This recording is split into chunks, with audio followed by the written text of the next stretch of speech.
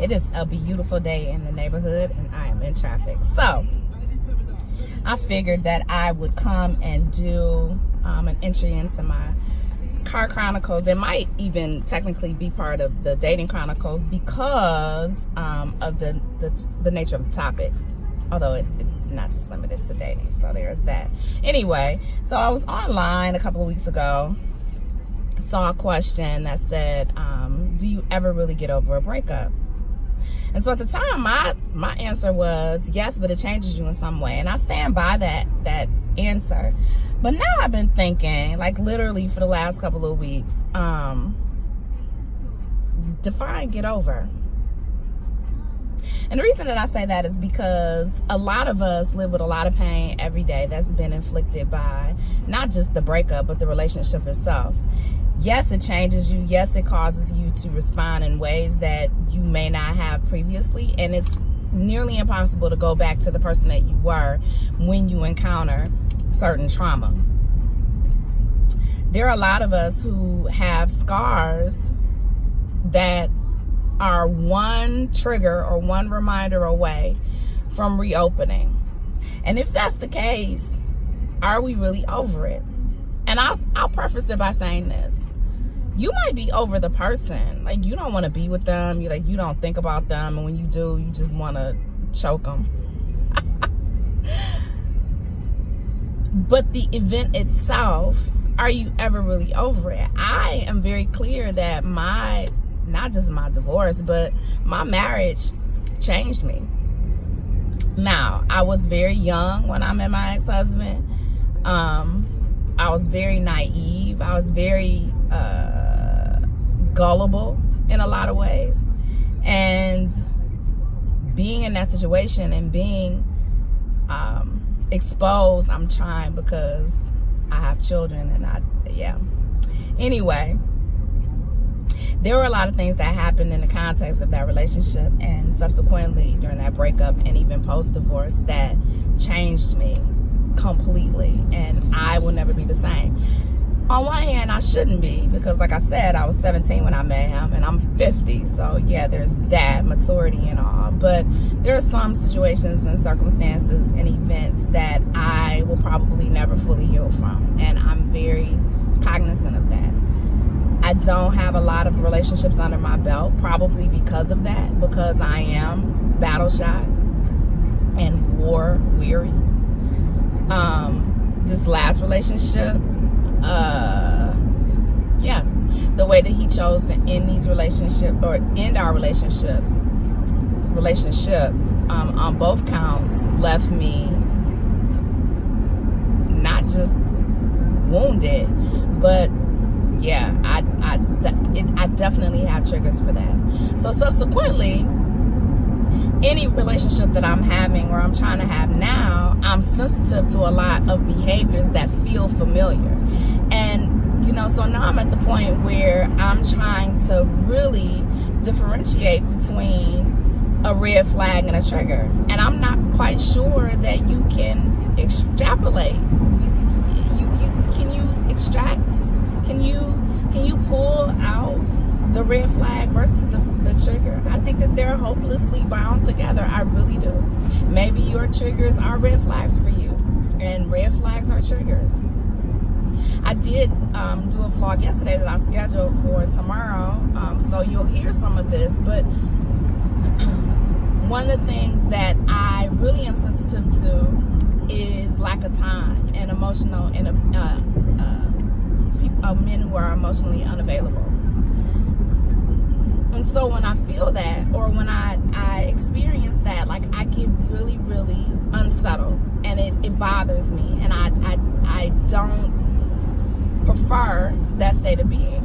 And so because that inflicted deep and lasting hurt for me, I don't know that I'm really over that.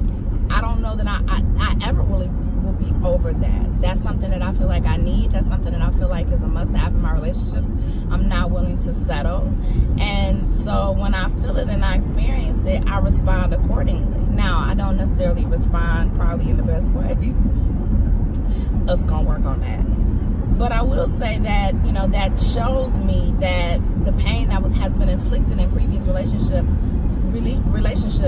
is still prevalent, and it's still a source of contention, and it's still a sore spot, and it's still there, so it lingers. And so in that way, do you ever really get over it? Like, I think getting over it is probably the wrong term. I think that you adapt, you grow, hopefully, you use the life lessons that have been presented to you, you learn to accept that L that you took, and then hopefully you move on and you don't pack that into a bag and carry it into your next relationship. That's why I spend so much time being deeply introspective and deeply committed to discovering how I feel about any given subject, or why I respond a certain kind of way, and why I have certain types of thought processes. You know, most people don't do autopsies on themselves or on their relationships, which is problematic.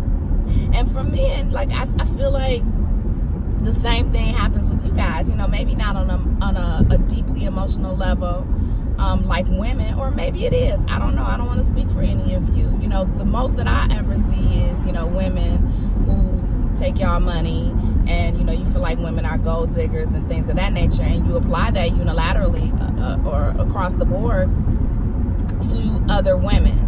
And, you know, like, you don't want to take us out on dates because somebody ate too much on a date that you took them on in 1972, and so now here we are. Now I got to go to the Applebee's because somebody did not know how to act at the steakhouse. I'm being facetious, but it's the truth. Like, I've had these conversations. I haven't really heard men talk about the deep and the deep emotional hurts that they have experienced in relationships, and I'm not suggesting that they don't exist. They just don't talk about them, or maybe they don't talk about them in the presence of a woman in an effort not to appear vulnerable. Women have a tendency to talk about all their hurts, all their anxiety, all their upset in a lot of different ways, in a lot of different forums. So, of course, I'm sensitive and I see that. And then, you know, there's always the unpleasant downside for men to not be able to show their vulnerability or their emotionalism because, you know, they get called names that I shall not repeat, and it's just inappropriate on every level. And I push back on that narrative because I think that it's stupid to suggest that emotions have something to do with someone's sexuality. Every man that I've ever dated, though, you know, stresses to me that they don't like emotions, they don't deal in emotions, you know, that they deal in logic and fact and analytics and all that kind of stuff. And I'm just not that person. Like, my heart is really like, yo, we should do this, and my head is like, okay, girl, when it don't work out, don't say nothing. I'm trying to learn how to balance the two, you know, between what I think and how I feel, but I'm a very passionate person. And so as such, when I'm wounded or when I'm hurt or when I'm, you know, when I'm lost or any of those kinds of things, then it tends to come out. And so I do think that those of us who are more emotional, more passionate, more driven by hurt matters, we are more affected by breakups and more affected by relationships that don't go the distance, or things that people do to us, or not even do to us, things that are done within the context of a relationship that cause adverse outcomes. So, you know, I'm sure that there are lots of us who, and I'm using us as a catch-all for humans, male and female, you know, those of us who've gone through breakups and have been okay. Like, they function very well because they don't really have that emotional drive. They're more cerebral, and if that's the case, then, you know, this doesn't apply to you. But those of us who are really and truly driven by our hearts and driven by, you know, our emotional selves, and have given 1,000% in relationships only to have our hearts handed to us, yeah, it changes you. It definitely does. And so I think you have to be cognizant of that and not become jaded and become a person that you don't even recognize when you look at yourself in the mirror. I think that that's the absolute trick. Don't be somebody else. Don't allow those things to cause you to take on a persona that's not designed for you. I don't have the capacity to be heartless. I can say some messed up stuff because I got a mouth. But it's not that I don't feel bad about it. Eventually I will, because I'm super sensitive to stuff like that. Like, that was, and I'll tell myself, like, that was just terrible. And generally speaking, there's not one person that I've ever done that to, first of all, that I didn't feel like they deserved it. I'm gonna just say that. That's petty, but I'm gonna just say that. But even though I felt like they deserved it in that moment, I have always come back and apologized. Always. I just think that that's just important to be able to acknowledge wrongdoing, even though revenge is a dish best served cold. Anyway, y'all let me know what you think. I'd be interested to hear your commentary and your feedback. And y'all go ahead and get this day popping. I'll talk to y'all later. Bye.